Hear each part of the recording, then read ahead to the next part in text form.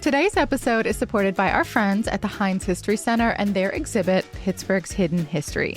All the curators got to bring up some of their favorite pieces, all from storage, and a lot of these items are on display for the very first time. You will see a mini dress made of aluminum, old menus from local restaurants, the nostalgia, and a spooky vampiress from an old Kennywood ride. It is such a cool peek into Pittsburgh's past and also the minds of our Heinz History Center curators. And remember, kids 17 and under get free admission to the museum every single day, thanks to the Cayman Free for Kids initiative. For more information and to plan your visit heinzhistorycenter.org. Today's episode is supported by the Frick Museum and Gardens. This is the final week to catch their exhibit, The Scandinavian Home, Landscape and Lore, so there's only a few days left to check out this cozy collection.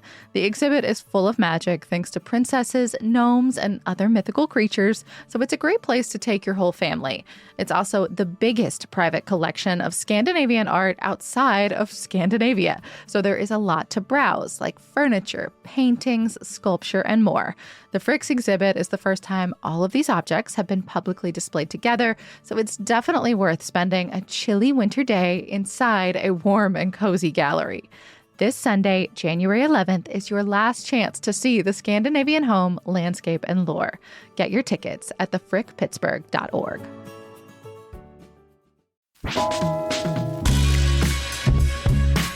This is City Cast Pittsburgh.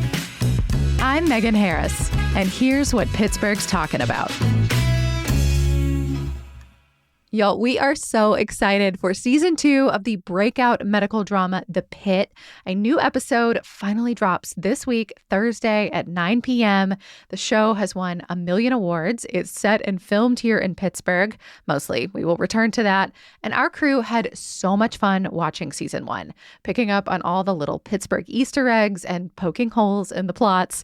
So here you go, one from our archives. This is what we loved about The Pitt, what they got right, and our predictions for what we're hoping to see in season 2. We've got the whole team on deck for this one. Executive producer Mallory Falk. Hello. Producer Sophia Lowe. Good morning. And newsletter editor Francesca DeBecco. Hey. We know the whole world has been watching The Pitt lately, but we are a team of mostly binge watchers, so we really needed the finale to pop before we were going to dive in, and now is our time. I also feel like binge watching it makes it feel more realistic because if, the idea is every episode is 1 hour and it's supposed to take place over a whole ER shift, it's like I'm just watching the ER shift from the sidelines. Yes, the anxiety really builds as you're watching it. Truly. Full immersion experience. I think I'm the only one who watched it as a series, so I tuned in every week. And my partner is a nurse in the medical field, and I just feel like when you're immersed in that all day long, it's a lot to kind of binge watch something like that. I felt like we had to do some self-care afterwards. So I actually appreciate that we watched it one episode at a time. It was like little doses. But I will tell you, I was like mad at the end of every episode. There are major cliffhangers. I wish I could have just, fast forward to the next one.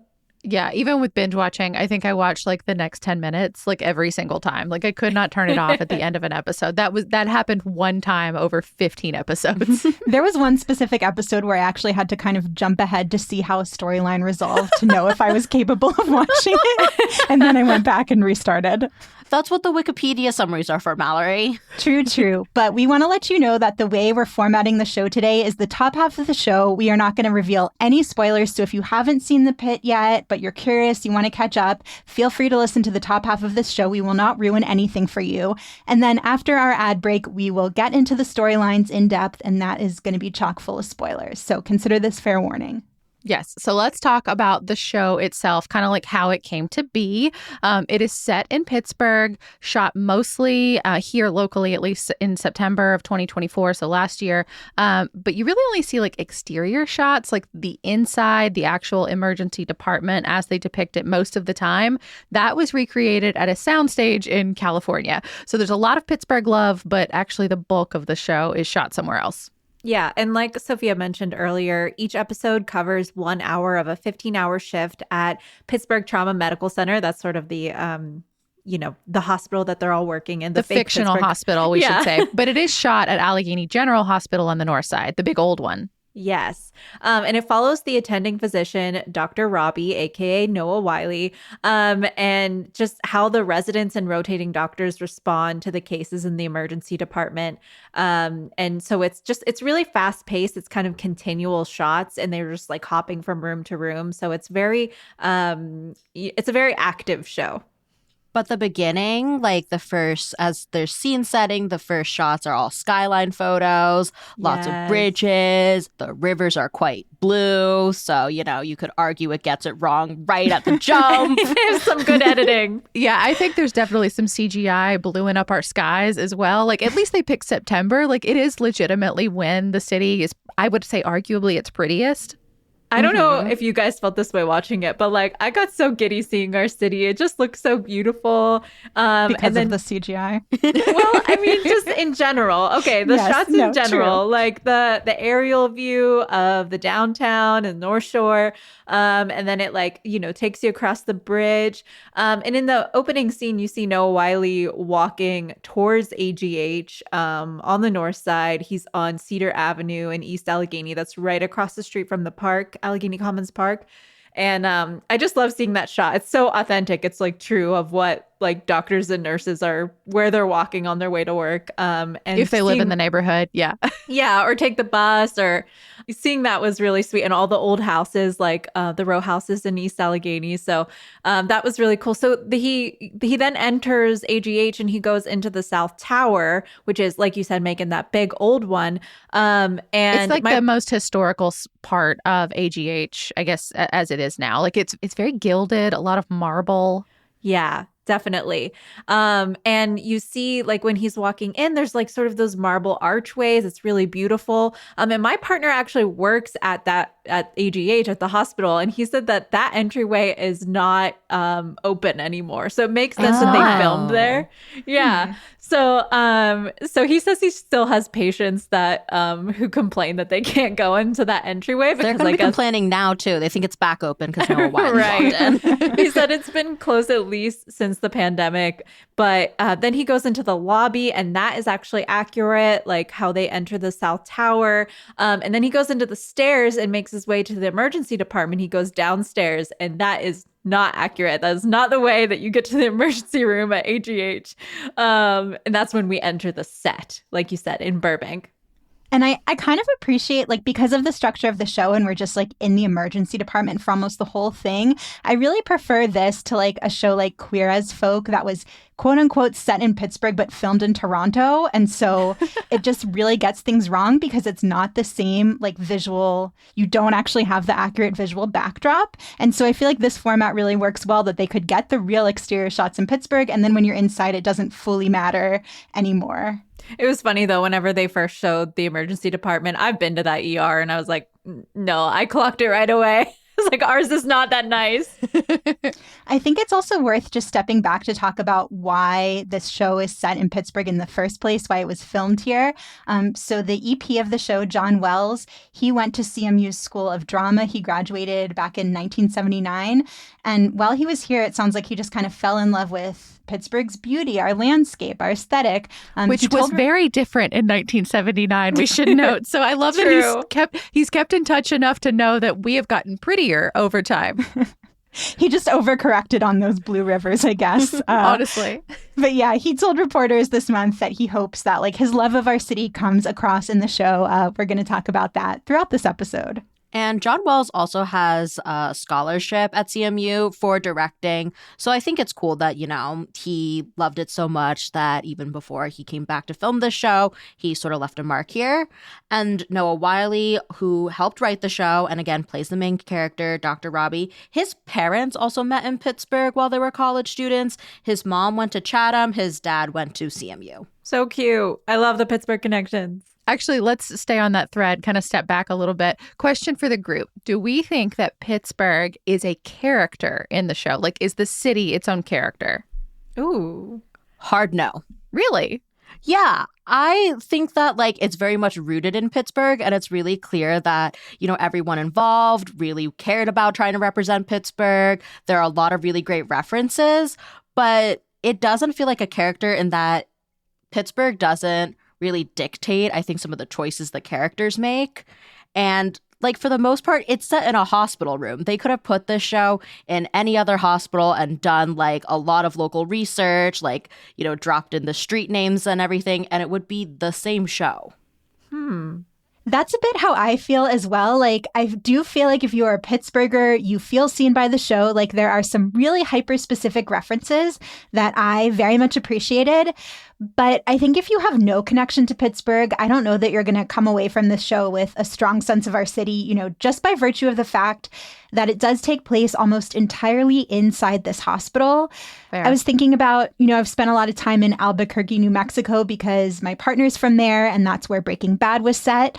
And to this day, you can take a Breaking Bad tour of Albuquerque, and you really would not be able to do like the Pitt tour of Pittsburgh beyond, I don't know, just the entrance to the hospital and the park across the street from it. So I think it just doesn't help you. That would be super short. It would be really funny. You'd get dropped at one site and then that'd be it.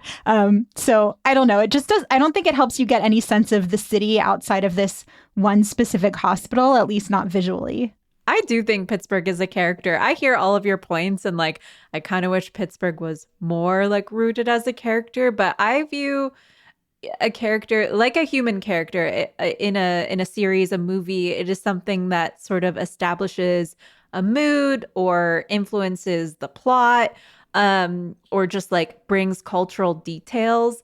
And I think that even though Pittsburgh, like our city doesn't have that many scenes in it, I think that Pittsburgh isn't so passive in the show. Like I think about it influencing like these characters in the storyline is so like gritty and hardworking, and that is Pittsburgh. Like all of the medical professionals who work here, and I don't know. I see They're Pittsburgh. also doctors. You can't get that far in school if you're not hardworking.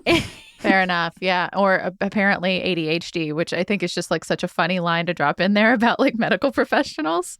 That line made things click for me. Same, honestly.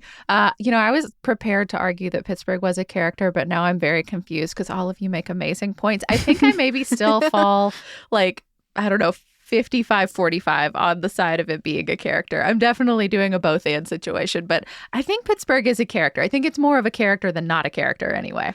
I also guess there are shows where there's like a character that's always referenced but never actually shows up. So, or that like does most of their acting with their eyebrows and their expressions, but doesn't have a ton of lines. You know, like I think I'm advocating for Pittsburgh to be like best supporting actor. You know, Yeah, like sure. We're not a lead, but we're supporting. Well, let's move on. Does anyone have opinions about where the different characters might live? Again, don't give away any plot points, but I'm curious what you think. Javati and her mom. Fox Chapel, definitely. 100%. If not Fox Chapel, since she did go to medical school at a very young age, I feel like that doesn't count as a spoiler because she's like a student. You see how young she is. I could see them maybe living like in Shadyside, somewhere really big, but Javati, you know, could take the bus. Shadyside was my guess, but I like the suburbs option. Yeah, because I think you need to have like an easy transit option to get to a school at a very young age. I was also thinking maybe like Upper St. Clair, Mount Lebo, like. I think for the money element, yes, but for the transit option, no. Especially, again, like you have to, at age 13 to go to college. Again, I don't think this is a big spoiler. You'll know this immediately. What about Dr. Robbie, the lead doctor? I vote War Streets just for the opening scene. Yes, Yeah. he clearly walks to work. So he's got to be in that general vicinity. I will counter you. I do agree, North Side, but I think he lives in East Allegheny specifically because he's walking up Cedar Avenue. Because if he were living He in could have the gone to War the Streets- Eagle right beforehand. You never know. maybe. I think he maybe could be from Squirrel Hill, though. Like, his family lives there. Because he's But Jewish, yeah. I mean, yeah, like... His given name is Dr. Rabinovich. So, yes, he might have heritage there. One of my favorite characters, the charge nurse, Dana. I think she is like the most colorful. She sort of has... She's kind of the only one that has a sort of a Pittsburgh accent. It kind of leans Philly. She says I was about to say, use. she's definitely from Philly, but she's lived in Pittsburgh for the last 25 years. Still doesn't count herself as a local. Claims Philly. She doesn't say any of this. This is me projecting. You're not entirely far off because I actually looked this up. She like really wanted to have sort of like a light Yinzer accent, and she actually worked with a dialect coach, but she reached out to someone who worked on Mayor of Easttown, which, as we know, is more Eastern PA. And so they tried to kind of come up with more of a Western PA sound. But I mean, she should have called up our friend Don Wadsworth at CMU, who Megan gave you a lesson on the show in Pittsburghese. Yeah. He was sitting right here in Pittsburgh. She seems, I mean, infinitely more talented with voice acting than I, but I don't think our episode would really recommend him. That's not his fault. I just wasn't a great student, but also he gave me Shakespeare. That's not fair. That's true. He gave you the advanced lesson. The thing I did appreciate was the actress who plays Dana did say that it like really bothers her when somebody's playing like a character from Georgia and they have a Cajun accent. Might have been a little bit of a knock at the most recent season of White Lotus, but so she didn't want to like come off that way. She really wanted to nail Pittsburgh. I don't know that she was 100% successful, but yeah, I appreciate the effort. I think she gets the attitude dead right, though. Like, that part is perfect. And I like it kind of gives like South Hills vibes to me, like a little bit. Exactly. That is what I was going to say. She definitely takes the T into town for work and like walks up the hill to AGH. She's from like Dormont or Beachview. Like, family has lived there forever. I think that she like her whole vibe was authentic. When I saw an interview of her like talking in her normal voice, I was like pretty impressed. Like, she did a good job. I think she's more of a Mount Oliver girl myself. Like, okay, yeah. The Pittsburgh Reddit was very aligned that she has Brookline vibes. Ooh, okay. Oh. Very close. All right, I was close with Beachview. Yeah, all right. We're in the right part of town. Which ones do you think live in the suburbs? Definitely Langdon because of those children. He's in Wexford. I feel pretty certain. I said the same thing, Mallory. Like, he's a Wexford dude. He has like wife, kids, and a dog. He definitely shops at the Whole Foods. His kids go to North Trader Allegheny. Joe's. Yep. This will all make a lot more sense to you once you watch the show. So yeah, come back. The second half of our show here will have spoilers. So make sure to watch the whole season before you listen.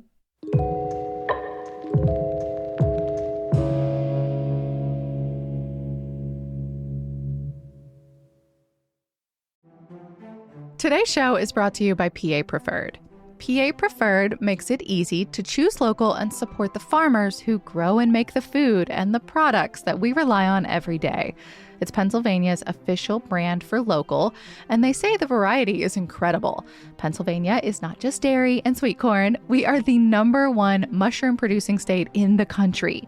We've got apples, hops, honey, maple syrup, flowers, even fibers from alpacas and sheep, plus jams, preserves, hardwood products, craft beverages, dog treats, ice cream. If you love it, chances are a Pennsylvania farmer or maker is behind it. If you want to find PA Preferred products near you, start at papreferred.com. You can search for farms, farmers markets, and local producers in your neighborhood. And with the 2026 Pennsylvania Farm Show coming up, it's the perfect time to explore everything our ag community has to offer. This year's theme, Growing a Nation, celebrates how Pennsylvania agriculture has shaped America. And you can see it all at the Farm Show in Harrisburg. I have never been. I have always wanted to go. 6,000 animals, the iconic food court, demos from top PA chefs at the Culinary Connection, and of course, that butter sculpture. Choose local, choose PA Preferred. Visit papreferred.com. That's papreferred.com. Paid for with Pennsylvania taxpayer dollars. We're going to talk more about the actual show, the stuff that happens, where it maybe happens, because sometimes they tell us like it's pretty explicit and sometimes they do not. We're left to guess, and what we want to see in season 2. So a huge content warning here. There will be spoilers, many spoilers. Let's start with the plot points. Like, how could stuff have maybe happened here, but also maybe not have happened here? I took that question to one of my friends. Her name's Lily Nong. They are currently a medical student, but she went to Pitt, practiced emergency medicine as a paramedic in the city. Ooh. And they actually talked about the ambulance. Very small plot, but the ambulance that gets stolen from the Bay by frat students. I don't think it's small, actually. I think that's like a pretty big one because it carries on through multiple episodes. That's true. But it actually also happened here in real life. My favorite moment is like in one of the first episodes when the ambulance gets stolen, because that happened maybe like 1 or 2 years ago. It honestly might be older now. But like the ambulance made it all the way from the city to Aliquippa. And it's just so funny because that's like such a niche thing that happened in Pittsburgh. And then the other quote where like that patient is like, I could get an Uber to Presby. Like the beef between like AHN and UPMC is so real. You know, I wondered about that the entire time I'm watching the show, especially like when Dr. Robbie's standing on the roof and you see the helicopter come in with still Allegheny Health Network on the helicopter. Yeah. Like, do you think like Jeffrey Romoff, like the former CEO of UPMC, just like was livid about this whole thing? Because that guy loved attention and got celebrities to voice their commercials all the time, still does. Like, I am fascinated by what UPMC execs might be thinking about this. That being said, I feel like people wanting to transfer their care to other hospitals was kind of like a knock on AHN. And so maybe UPMC was happy about this depiction as there where people want to go if they have any say in the matter. Yeah, maybe. I mean, and they do mention a lot of UPMC facilities through it. They just don't say the name. Like they say like Presby and Mercy and West Penn and all these other things that are like, I mean, we know, but other people wouldn't necessarily know. And then, Megan, one of the things you pointed out was there is just one attending, Dr. Robbie, who is very much overwhelmed. Yes. And I feel like so much is a problem because Dr. Robbie is alone in the room all the time. Yeah, well, there definitely would be more doctors and attendings, at least at a hospital in Pittsburgh, like these big ones, AHN, UPMC. This is what Lily said. There'd usually be about 2 to 4 attendings. So at least twice as many people as we'd see here, maybe like 5 to 6 residents, and then obviously more nurses, med students, techs that help and pitch in. But in terms of doctors, like they're just a few people off. But, you know, I guess we can't have that many characters in the show. Unfortunately, I think that sometimes there is only one attending. My partner said that that's accurate sometimes, unfortunately. And the other thing he pointed out was that there weren't any respiratory therapists in the ER, which is... Do they usually have them there? I don't know who usually stops in ER. Oh, yeah, absolutely. There also weren't any physician's assistants. So, like, I mean, I recognize that. I think it's funny that, like, a lot of positions now that are often in ERs are like, wait a second, where's our representation? Yeah. And I know we follow, like, the physicians, the doctors more. We even follow them more than the nurses. But it's just an interesting thing to point out of, like, what you'd actually see in the ER. That being said, I have heard people praise the fact that there are these positions that, like, never get attention in previous shows, like the custodial staff, that you do see the critical work they're doing throughout this series. And so, yeah, maybe not any pulmonary representation here, but there are other hospital workers that I think are getting their shine in a way that they haven't on any other medical series. Yeah, that's important. Totally. Well, besides the doctors, all the other staff, the other people in the emergency room are the patients. And I also asked Lily about that too, whether like these injuries seemed realistic and whether they'd be getting so many people showing up at once. This isn't happening like every hour, like the way, like how each episode is 1 hour. A lot of those things that are happening in 1 hour probably take place over like 4 or 5 hours. But when I was in paramedic school, I remember doing my like trauma rotation at Presby. And there's like 3 trauma bays at Presby. And I remember like 3 traumas came in at the same time. So like we were just jumping from like room to room to room. And like I was a student, but like at that point I just like started helping because like everything was hitting the fan at once. So definitely like moments like that happen, but it's not like super crazy all the time. And I think a lot of emergency medicine right now is patients who don't have access to primary care, non-acute complaints, like they need like a medication refill or they have high blood pressure. And I do think the Pitt like tries to highlight that a little bit. But like the waiting room being like super crowded and wait times being like 8 hours is extremely realistic. Unfortunately, I can attest to this. Waiting in the ER is horrible. And I've been there for 7-8 hours. I think the waiting time in the waiting room of on the show is extremely accurate, and just how everyone is there with just stuff together and the most important cases are going back first. Yeah, not a fun time. You know, I fussed about this too, like the idea of like the wait times and that kind of thing. And also just like, I feel like I hear people in Pittsburgh talking about going to the ER in a way that I did not hear living in other cities. However, I was reminded that an ER is required to take people regardless of insurance or anything like that. And I think there could be an element of like privilege here, like where we're seeing this and we're like, who the hell would want to wait in a waiting room for 8 hours? But like, if that is your only option, that is where you go. Because I think that's why it's a cross section of humanity with cases big and small, is because they don't have anywhere else to go. Yeah, 100%. Also, I bet a lot of this stuff just feels so on point because the Pitt really did their research and apparently brought in medical professionals to help them build out some of these storylines. Mallory and I were both actually listening to the segment on Science Friday recently where they had a doctor on from UPMC Children's who got to like consult on the show and influence all of these decisions about how they approach some of these stories. Yeah, her name is Dr. Sylvia Uwusu-Ansah, and it was really fascinating to hear about how she and other local doctors contributed ideas to the show. One of the things she talked about, Dr. Robbie is, teaching the residents, and he explains that when a patient dies, everyone observes a moment of silence to honor that patient, and that's actually something that is done at Children's Hospital. That was her suggestion to incorporate into the show. She says anytime there's a passing, they take a moment to celebrate the patient's life and take a moment as health providers to just take a deep breath before moving on to the next patient. So I thought that was really, really touching that that's an actual thing that's happening here that then got woven into the series. I love that. That was a really powerful scene. And I hope that that's implemented at all hospitals. I think every life deserves that, whether you're the one who, was treated or you're the one who's caring for the patient. Yeah, I also love just like kind of stepping back a little bit that she says she hated medical dramas, like all of them. Yeah. But she says that like one of the things that this show gets right and that it really validates the experience.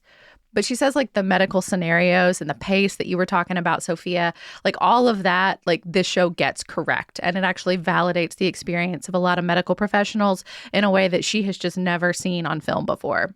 I would say the majority of emergency departments, especially when you think of smaller, like suburban areas or rural areas, we have community hospitals or tertiary care centers where we are the hospitals that may only have certain types of specialty groups or surgical groups. We're overwhelmed all the time. At my hospital, UPMC Children's Hospital of Pittsburgh, we see about 200 kids a day, 80 to 100,000 children a year in the emergency department alone. Wow, that's not surprising. Incredible. Dang, we're so lucky to have Children's. We really are. And she actually kind of talked about that too, just kind of the contributions Pittsburgh has made and continues to make to medicine. Like she was asked kind of why is this show set in Pittsburgh? And she says, why not? Look at all of these contributions we've made to medicine. Like we have Thomas Starzl, who performed the first successful liver transplant, the Freedom House Ambulance Service, which was really the birth of EMS services, emergency medical care in our country. And they did such a good job breaking that story into the whole show. Yeah, that was one of my favorite parts. I loved that so much. I did too. And she was actually the one who advocated for that storyline. And she's actually working right now on getting a Congressional Gold Medal for the folks in the Freedom House Ambulance Service. So I love that that was something she pushed for. And I agree, the show handled it so beautifully. And that, when we're talking about is Pittsburgh a character or not, that might be the most critical scene for the argument that it is, because this is a really key part of local history that people are learning from watching the show. Yeah, people all over the nation, certainly. I also thought some of the details that she talked about, people speaking so many different languages in the city of Pittsburgh, they have the Nepali patient and just what it takes to be able to treat her effectively because they don't speak the same languages. And also, this was one that hit home for me, how often she personally sees cases of pediatric ingestion of cannabis gummies. Is that really common? I watched that line and common. I was I could absolutely see this happening, but I didn't know if it was a regular basis. Yeah, and I mean, pets and children, I have a friend who works in the space actually, and she said that unfortunately it happens so often that when her kids now go to a new adult's house, they want to go do a play date or something, she now asks parents about this, not to scold them or shame them. She doesn't want to know what they do behind closed doors. She just wants to be do you have your stuff in a safe place away from the kids? Okay, cool.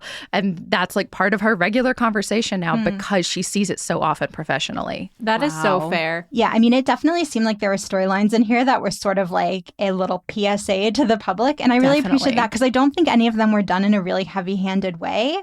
But I could imagine that this show like was really didn't just teach people about history like the Freedom House Ambulance Service, but there's things to be extra cautious about or watch for now that I certainly didn't know about until watching the show.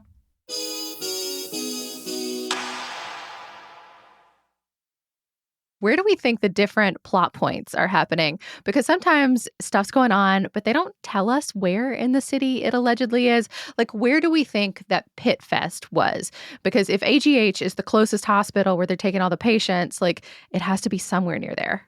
Well, I think Pitt Fest sounds like orientation week, like the university really wants to hype it up. So first, they did a lot of research in other ways, but I think terrible name for a music festival in Pittsburgh. Oh, did you see the logo on the badges too? Also not good. No, I didn't catch that part. Like for AGH to be the closest, it could be in Allegheny Commons Park, except clearly not because when they're all sitting there having a beer at the end, there would not have been like, they wouldn't have been able to just sit down when there was just a mass casualty event there, when there was just a mass shooting. They were also waiting for a bunch of ambulances to come in. They didn't know right away. If it was right outside, then they would have been able to tell like what was happening. That's true. And it can't be the point because then the first trauma center would be Mercy.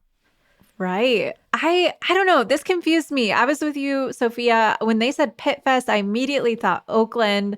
But that's just because we refer to like Pitt as anything, you know, the they university. could have gone with Berg Bash. I don't know. Yeah. That's also terrible. My first thought for where you could have like a major music festival like that is like Carrie Furnaces, but that's completely in the wrong direction. I know. Yeah. I was kind of thinking like maybe Highmark Stadium. Do you guys remember when there used to be like an amphitheater over there? Okay, now we're talking about what used to be there, but I don't know. Maybe the North Shore. Maybe like it was spread out like Stage AE. Maybe it's in multiple places. I don't know. Yeah, I think that one's going to remain a mystery. We'll bring it back down, like, because Pitt Fest is obviously like the culminating big climax of the show. Where do we think the e-scooter accident happened, where it was the person versus the car? Downtown. Oakland, for sure. Oh, I actually think downtown too. I'm with you, Sophia. My biggest question is when was the show set? Because it had to have been before e-scooters were removed from the city of Pittsburgh. Well, kind of. I was thinking you meant time of year because there's this guy that comes in. He mentions like it's the first time I've worn shorts all year, which suggests like it's like April or May, maybe. Yeah. But the Pirates are playing too. Like the one guy comes in quoting the Pirates score, so it has to be during baseball season. Early bucko season, like springtime for sure. But our trees are not green yet. Like they're not they're not looking nice. Well, based on that season 2's taking place July 4th weekend and it's 10 months later, the show would have taken place in September. Okay, good for you, Sophia. Look at you mathing. Let's also take a moment just to shout out all the small ways that they clearly went out of their way to try and incorporate pieces of Pittsburgh. Even if they didn't get it exactly right, I do appreciate just like all of the mentions they like took time to find or like took feedback on and like tried to slip them into the show. Like the Mr. Rogers set builder, for example. Like that was just so sweet. That was really That's sweet. my favorite. I loved that. I also loved every time someone said this is a hospital, it isn't X. Like this is a hospital, it's not Rivers Casino. This is an ER, it's not Philly. Yeah. I loved those lines. Those were so great. There was also a lot of really cool just like name drops of like local businesses. There was a sommelier at Altius. I immediately started like Googling the menu when I was watching and I was like, ooh, maybe I should go there. Yeah, absolutely. And then there was someone wearing a Giant Eagle t-shirt. I was shocked that there wasn't more Pittsburgh like gear worn. Then you need to pay to use the logo. I mean, for this to be realistic, 2/3 of the people in that waiting room should have been wearing Steelers jerseys. Or Penguins or Pirates Yeah. or something. Pirates. Although they must have, that's a good point, Sophia. They must have paid the rights because in the honor walk for the college student that died, he's wearing a Steelers blanket. They also get permanis delivered for lunch from like one of the characters in the show. I don't understand how you would have the energy to keep working a shift like that after you eat a permani sandwich. Like that did not feel super realistic. I feel like you would just need to go digest. I'm not even sure you could find the time to actually consume the permani sandwich. Like it's a whole event. But I do think like having like working in a big like a workplace with a lot of people in like a small break room situation where like everyone keeps walking outside and they're like food in the break room, like that feels very true to every job I've ever had. You just like eat like a feral animal. Yeah. And also accurate to like have someone send something. Like I've heard many stories of my partner telling me that like patients and patients' families will buy them lunch or treats or whatever. But my one beef with this is that if it is indeed based at AGH, you know, the Pittsburgh Medical Trauma Center, I think it'd be more realistic that they're eating a Pepe's sandwich because I have Pepe's is better too. I know that Pepe's delivers to the hospital a lot. So that's my one hot take there. I think one of my favorite moments in the whole series is when they're dumping on Ohio. Like, it's just so low key, which felt very real. Like, Dr. Robbie's talking to Collins about, like, you know, the repercussions. And she's like, worst case, you'll just have to go take a job in Youngstown. You'll be fine. And it's just, but it's said with so much venom, like, dreaded Youngstown. Yeah. And you know he won't be fine. Yeah. That's so true to Pittsburghers. And we can't forget, like, the iconic ending scene, them at Allegheny Commons Park. I was, like, so giddy when I saw it. I was like, that's my park. Yeah, drinking Iron City beers. Who's bringing out the cooler after the day you've had? Where's that cooler been all day? Where did you get the ice? Like, do you really keep a case of Iron City just hanging around? It kind of seems like it because they're like, yeah, we do this a lot. We debrief after work. Yeah, and you know, the show, it does get a lot right, but they do get some things wrong. Like the whole city of Pittsburgh was up in arms after somebody pronounced Woolies wrong. Critical mistake. Yeah, Langdon. I mean, I would argue it's not the mispronunciation of Woolies. It's the implication that you work at AGH. Let's just pretend our theory is correct. Your family lives in Wexford. You're not going over to the strip district to buy a pice of fish after work and taking that thing home. And if you are, you at 5 p.m. absolutely know what time it closes. Yes, Sophia. I was going to say the strip district, like, markets are not open that late. Most of them do some wholesale and stuff. They're done by 5. They tried. They tried. I like it for the effort. The other thing was whenever they said jack off instead of jag off. Come on. I know. I was sad about that. So disappointing. Yeah. I'm still floored that someone did not, like, hear someone say jack off and go take a double take and was like, wait a second. But I had to do a double take. Like, I literally, like, rewound it a little bit. And I was like, wait a second. Was that jack off instead of jag off? Because I wasn't sure of what I heard. Maybe they just missed it. Well, Megan, we were talking about the same thing because I originally thought that they were saying yins on the show, but you said that they say use. Use. I heard it's use. Definitely use. My subtitle said a use. That's what you get when you get the mayor of Easttown coach to coach you.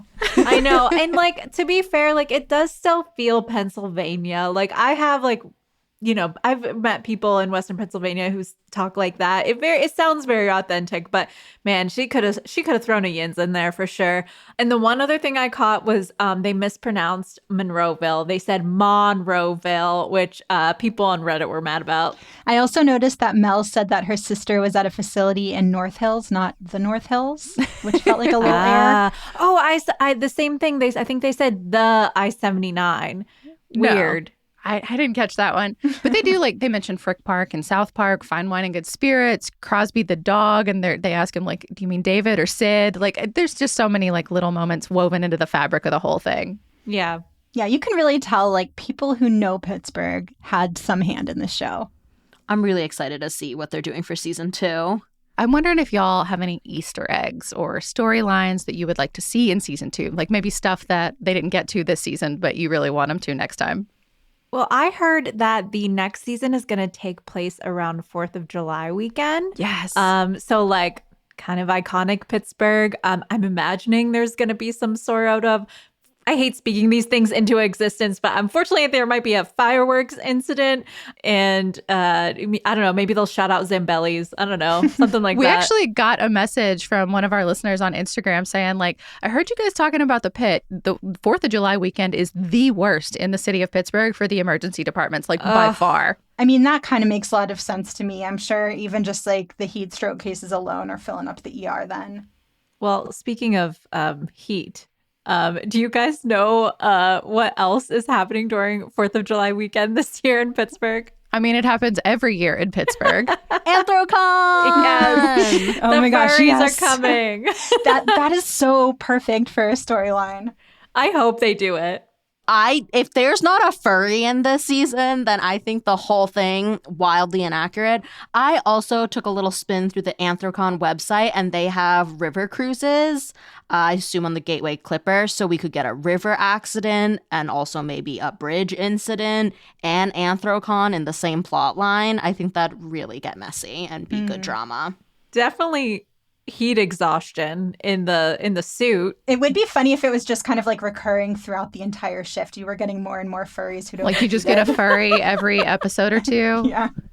I think there's a lot of opportunity for transit-related disasters in Pittsburgh, like something happening in a tunnel, a bridge catching fire or collapsing, both of which have happened in recent memory. Like the convention center caught on fire once, which actually involved a bridge too, because there's that little bridge during Anthrocon. Yeah. Like the bus falling into a sinkhole or down a hillside, or two yes. bus drivers racing, also real things that happened here not long ago. No, sinkhole bus has to be a storyline. I also think, like, to me, the number one Pittsburgh injury is people getting injured trying to climb the incline tracks, like drunkenly trying to climb up the incline tracks. So that is the kind of accident I think should be showing up in this. That's a number one injury? No. What is I was taking a little poetic license there. By number one, I don't mean recurs the most. I meant like feels extremely Pittsburgh, like would only happen here. Okay, I was a little concerned. I would be really excited if I know the timing is wrong for real life, but I think you could make it work. Like the regatta, that float tag. I don't know if I'm saying that right. That contest they have where they shoot the flying objects off into the river. Like there's so many opportunities there. Like, first of all, flying objects going into the river. Second, what if people drink them on and then they get a parasite, like the water? Yes. River disease. Very believable. Definitely. Or a boating accident. Yeah, something with the boat. I was talking to my partner about this, and he said that he wants to see a storyline where someone gets, this is so gross, an intestinal blockage after eating too much at Rib Fest.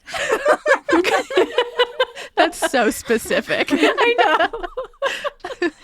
Well, we are definitely going to watch season 2 as soon as it comes out. But if you have any Pittsburgh Easter eggs you'd really like to see, any storylines you want in season 2, or you have hot takes on which neighborhood one of these characters lives in, please give us a call. Our number is 412-212-8893. That is all for today here on City Cast Pittsburgh.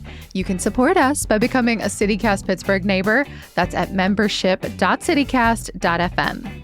We'll be back tomorrow with more from around the city. We'll talk to you soon.